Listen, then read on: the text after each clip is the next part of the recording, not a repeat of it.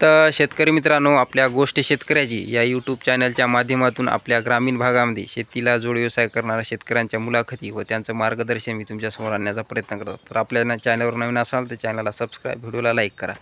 तर शेतकरी मित्रांनो, हे बघू शकता पावसाळ्याचं दुग्ध व्यवसायाचं नियोजन कसं करायचं। तर तुम्हाला आजच्या घडीला सांगतो, सकाळपासून जोरदार पाऊस पडलेला आहे। तर हे बघू शकता, नेमका आता उघडलेला आहे 7 वाजल्यापासून पाऊस पडला 15 ऑगस्ट रोजी। तर अशा वेळेस दुग्ध व्यवसायाचं नियोजन तुम्हाला चांगल्या प्रकारे करावं लागणार आहे आणि स्वच्छता पण तुम्हाला चांगल्या प्रकारे ठेवावं लागणार आहे। तर हे बघू शकता, अशा प्रकारे स्वराज्य डेअरी फार्मचे मालक अजय काळे साफसफाई करत आहेत। हे वगार बघू शकता कुटार खात आहे आणि अशा वेळेस तुम्हाला सर्व नियोजन, कारण पावसाळ्यातलं नियोजन हे चांगलं पाहिजे। बघू शकता यांनी साफसफाई केलेली आहे। हे माशा आपल्या गोठ्यामध्ये वाढू नये यासाठी हे पाणी असं पिशवीमध्ये भरून ठेवलेलं आहे आणि यांची साफसफाई रोज चालू असते। तर पाऊस पडण्याच्या निमित्ताने तुम्हाला सांगतो, पावसाळ्यातच सर्वात मोठी काळजी की हे बघू शकता यांनी कालच हे गवताचा चारा म्हणजे चांगला मोठा भारा इथं गाडी बैलांना आणून टाकला, कारण पाऊस जर चालू झाला कालपासून ढगाळ वातावरण होतं। तर त्यासाठी आपल्याला चारा नियोजन अगोदर करावं लागते आणि सर्वात म्हणजे सुका चारा। तर सुका चाऱ्याचा पण स्टॉक आपल्याकडे अवेलेबल पाहिजे। आता पाऊस सकाळपासून चालू आहे कालपासून आणि आता आज दिवसभर पाऊस उघडेल याची गॅरंटी नाही। तर त्यासाठी आपल्याला चारा नियोजन, सुक्या चाऱ्याचं नियोजन कमीत कमी असं मोठं शेड करण्याची गरज नाही। तर अशा प्रकारे पत्राचं जरी केलं तरी याच्यामध्ये तुम्ही उन्हाळ्यात सुका चारा जास्तीत जास्त स्टॉक मारून ठेवणे। त्यामुळं ज्यावेळेस झड लागेल आणि पाऊस दिवसभर राहील, दुपारवर राहील, त्यावेळेस तुम्हाला जास्त तकलीफ होणार नाही। आणि हे बघू शकता, हे जे ओला चारा पण आहे, काल थोडासा पाऊस उघडल्यानंतर यांनी शेतातून चारा आपण जरी रोज एक पेंडका आणत असेल तर पावसाळ्याचं वातावरण दिसत असेल तर 2-4 पेंडके तुम्हाला आणून टाकावे लागणार आहे। तर ती तेवढी मेहनत तुम्हाला घ्यावी लागणार आहे। आणि हे बघू शकता, लाईट आल्यानंतर यांनी पुट्टी केलेली आहे आणि आता अजय काळे साफसफाई करून बघू शकता मशीनसाठी अशी स्वच्छता ठेवून आता गव्हाण स्वच्छ केलेली आहे।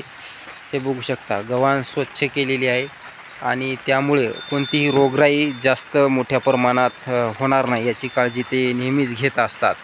तर अशा निमित्ताने बघू शकता, आता शितोडे सुरू झालेले आहेत आणि अशा शितोड्यामध्ये तुम्हाला सुका चारा तुमच्याकडे अवेलेबल पाहिजे। आणि सुका चारा जितका पावसाळ्यात तुम्ही मशीनसाठी वगार पालन असेल, जनावरासाठी जितका देसाल तितका तुमचे जनावरं चांगल्या प्रकारे राहतील। अशी साफसफाई करून असं नियोजन तुम्हाला पावसाळ्यात नक्कीच लावावं लागेल। आणि चारा व्यवस्थापन ही सर्वात महत्त्वाचं आणि स्वच्छता ही तुम्हाला दुग्ध व्यवसायामध्ये भरारी आणि मोठा दुग्ध व्यवसाय तुम्ही पुन्हा करू शकता।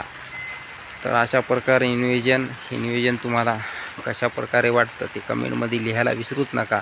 आणि आपल्या चॅनलवर नवीन असाल तर चॅनलला सबस्क्राईब करा आणि फेसबुक पेजला फॉलो करा।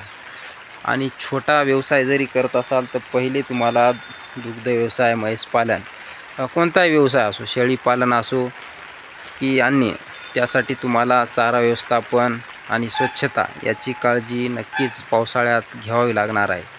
यावर्षी जास्त झड नव्हती, पण आता झड लागण्याचे संकेत आपल्याला दिसत आहेत। आज सकाळपासून पाऊस पडत आहे आणि अशा पावसामध्ये चारा जर आपल्याकडे सुका चारा नसेल, ओला चारा असेल तर शेतातून आणणे, त्यासाठी आपल्याला जास्त मेहनत घ्यावी लागणार आहे। आणि जनावर हिरवा चारा ओला असल्यावर खात नाहीत आणि त्यामुळे ते दिवसभर मग उपाशी राहतात, त्यांची भूकमोड होते आणि त्यामुळं आपण म्हणतो की त्यांची जी ह्युम्युनिटी असते ती कमकुवत होऊन जास्त पावसाळ्यात रोगाला बळी पडतात।